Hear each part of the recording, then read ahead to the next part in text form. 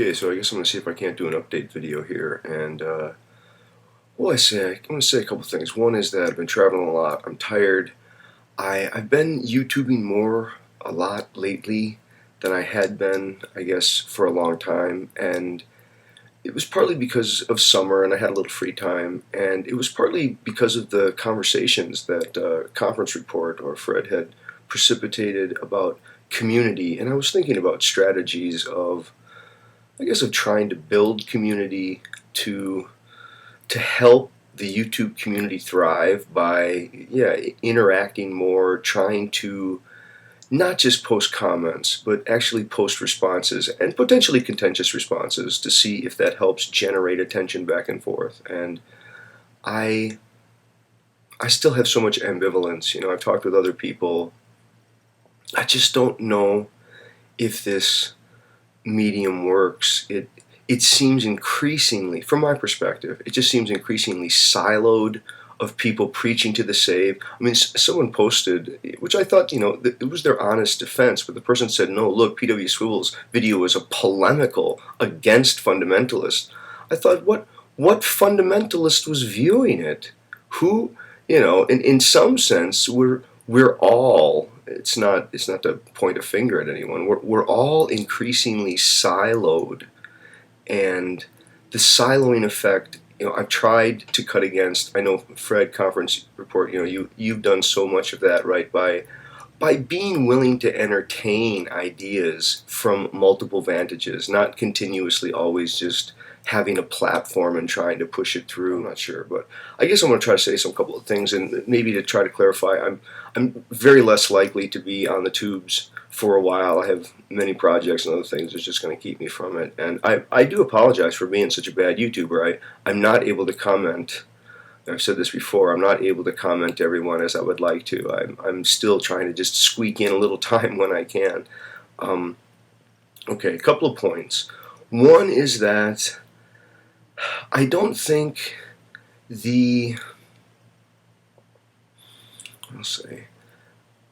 I don't think that I have adequate resources to say what most Christians believe. I found myself on comments, they're sort of generally saying, well, what most Christians believe. And it's so hard to say what that is. Not only are there very different forms of Christianity, and there admittedly is a rise of something like this fundamentalist, evangelical group. From my own perspective, I could be wrong. This is a very tiny little portion in the U.S. I mean, evangelical Christianity is not a global concern. It is. They have political powers, especially down in Texas, and there's some states where there are evangelical movements. Now, part of my response to that would be, I don't want to say that it shouldn't be a concern. Yes, if people want to make polemical videos and confront fundamentalists and say teaching creationism is a waste of time and you're going to set back people in the competitive global marketplace and everything else, that's fine. You want to say, look, it's just ridiculous. Again, even that, I'm going to say that's fine. But I think part of me just thinks, time itself is going to let that stuff just wash. I don't know how long people are going to be able to hide under what just mounds and mounds and mounds and mounds and mounds of evidence says, no, that couldn't be the case. So part of me just thinks that that's not really that big of a concern. Okay, but to the larger question, what does the average Christian think? It's such an odd expression, the average Christian, like we have some notion of the average Christian. I think that the experiences vary, and this is, I talked with a couple of people yesterday about it, and we kind of came to the conclusion that it really does vary, that some people have had Bible-thumping fundamentalists teaching fire and brimstone and acting as if they, believe in everything from virgin births to Jesus' resurrection and to the impending end of the world with salvation and judgment. There are people who actually believe that. There are other people who say, look, you go to church when you're married or when you die. Maybe you were there when you didn't know it when you were getting baptized, but other than that, you be a good person. You kind of do the wink and the nod in the sense of you understand that the point of all of this is to be a good person, and there's community and values, and it's a place where stories get told that help people think about themselves. Okay, whatever, there's that. There are people who I think really want to believe. They look at the priest, and not the weird person saying crazy stuff that we obviously all just dismiss, but they look at the priest who says thoughtful, reflective things about self-understanding that must occur at different life stages. So they're talking about what it means to come of age, to become married, to face whatever is going to be entailed in deciding or not to have children. During times of grieving the loss of a parent, loss of a spouse, and ultimately coming to terms with one's own death. These in the past were done by religious people, and today we say, well, go see a psychologist or let your friends and family help you.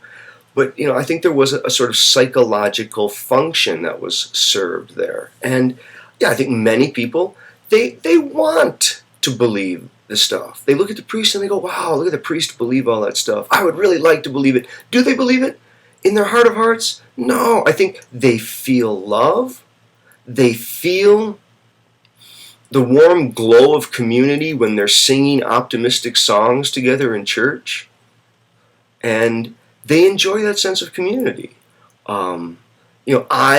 My own case, I'm not a churchgoer. I have friends who are, and I have lots of friends who are atheists. I have a very mixed, wide group of friends, especially with, I have a good number of friends who are Jewish, who it throws a very interesting dynamic there.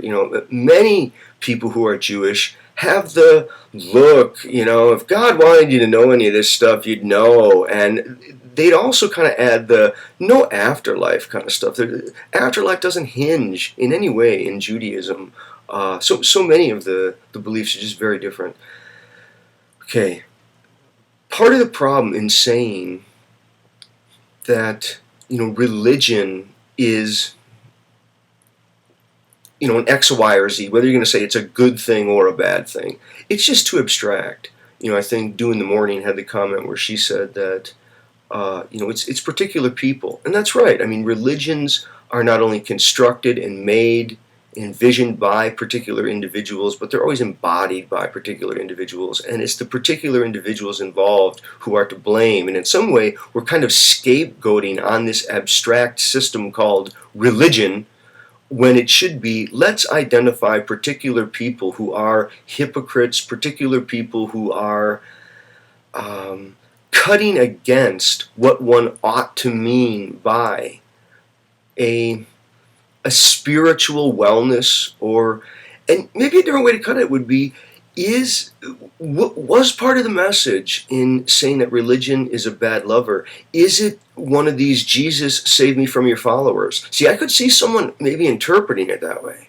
They could go, yeah, it's religion that's been the problem, not people's, quotes, personal relationship with the mysterious life force or God or whatever they mean by that. And so let me see if I could try to end here with this. I thought it might be useful to throw out some kind of speculation on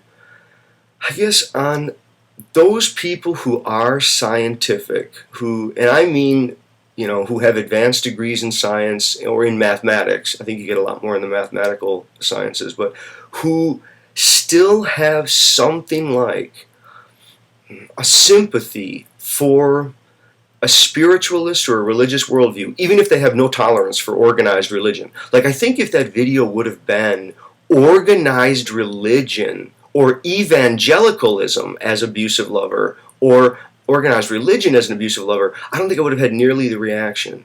It just didn't resonate with me, didn't ring true at all. So many of the things, especially to people who largely deal with sort of contemporary, modern New Testament Christianity, which you get people like St. Francis and I mean, there are so many other contemporary saints who they're interesting folks. Or you get, everyone from, people like Gandhi, you get Jiddu Krishnamurti, you do get other people who've tried to teach a pathless path that's, yeah, it's against organized religion, to be sure, but it also has a great, deal to say about what is a person's meaningful relationship with the meaningfulness of this mysterious event that, all said and done, no one really has the final answer or clue on what it is. I mean, I just watched a couple of videos today, and I'll see if I can post some links to those. Okay, at any rate, the thing I wanted to talk about was what would be a speculative way of thinking about the divine that, I don't know, that sort of works for those who still have such sympathies, and it eschews anything like a dogma. So there's no virgin births, there's no creator God, there's no life after death, no divine intervention. I think what you have is instead something like this. There's a fact that can't be denied. Here we are. Now, what is this? How long has it been going on? What were the initial conditions that precipitated into it? I mean, what led up to all of this, including what began the beginning? And we sort of get to these weird aporias at beginnings. But I think the part of the way to raise it would say that there seems to have been, at least for a long time now, very long time, some kind of energy life force. I don't know what it is. It's an energy life force, and it has different ways of striving for, I guess, order in some way. It's an order striving, and I think one way to think about it is it's an imaginative impulse, and the impulse is defined by the yearning for justice. However that justice would be perceived from within the confines of the particular embodiment, the particular perspective, the particular situatedness that energy force had been placed in or curtailed into. So if you look at life in all of its manifestations, everything from earliest life, bacteria,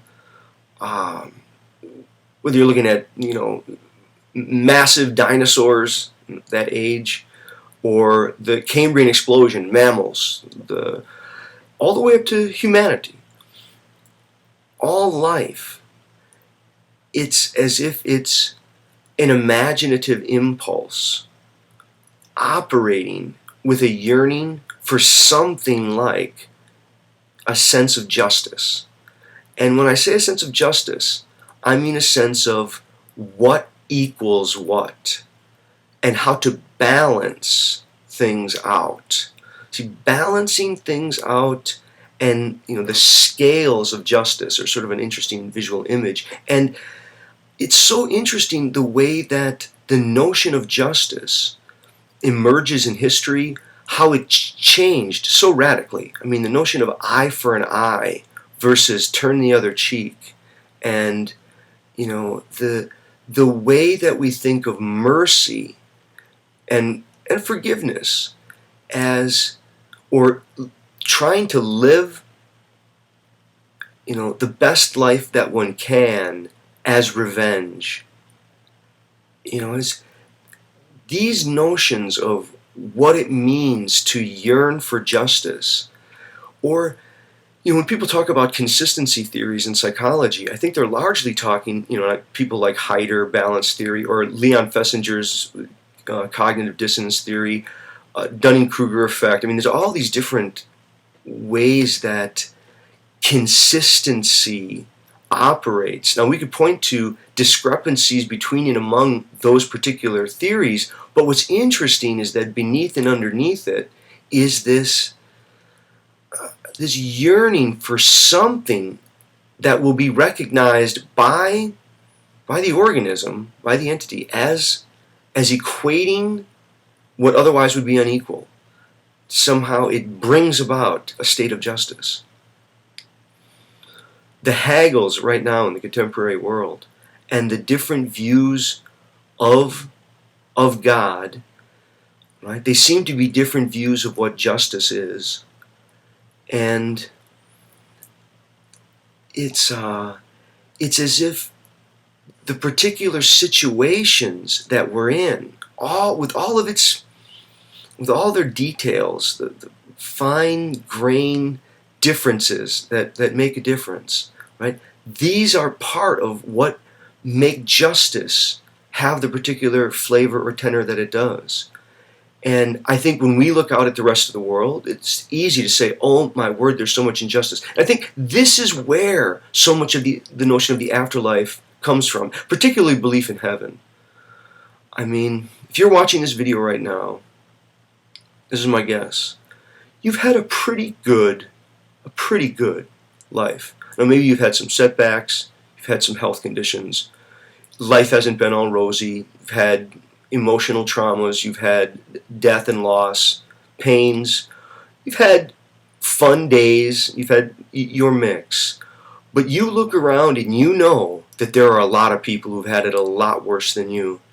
People born in a third world country to abusive parents, maybe born with a disease, a contagious disease, syphilis, something like this, malnourished, no opportunities, very little conditions there for prosperity. And I think when we look at that, the discrepancy between the haves and the have-nots, I think most of us, we feel some sort of pain. And we say, that is not just. And we might want to say, what can I do? I would like to fix it. And then some people, they try to fix it. And they feel it. Other people say, look, it's more than I can do. And they say, it can't be fixed. And that's how they think about it in terms of the justice. Other people, I think they fantasize that there will be justice sometime, some other place. This yearning for an ultimate justice at the end of all what seemed so unjust, the cruelty, the hardship, the degree to which those people who have done nothing wrong, arguably some hard-working, honest, Jane or Sue or Bill or Tom who are just on their lives and they get hit by a drunk driver, and then there's some shady, wily politician or some televangelist who are taking money, exploiting people, living in comfortable ways of affluence and enjoying privilege, and it's abuse of power. I think we see all of it. And again, it's not just what the evils that people do, just the natural degree to which not everyone gets the same length of straw. Some people just get a raw deal. I think many people, they think that unless some kind of amends is made for that, this is just too unjust to tolerate. And that's where they end up going.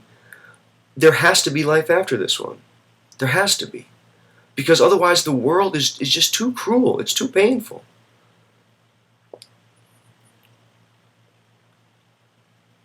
I mean, I think the question that I would want to raise, which obviously I don't believe in an afterlife.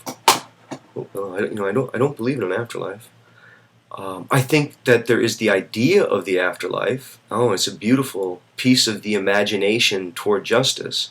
This sort of justice imagination machinery that's the impulse of life itself, sort of seeking out the, I will eat food and it will leave digestible crap in the wake, and on the condition that I myself will be devoured by others. I mean, the cycle of life is an interesting form of ecological balance.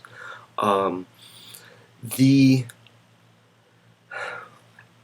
think there are ways to think about the yearning for justice and to ask what is justice And are we approaching the kinds of technological conditions, the social conditions, where we can help bring about a more just world?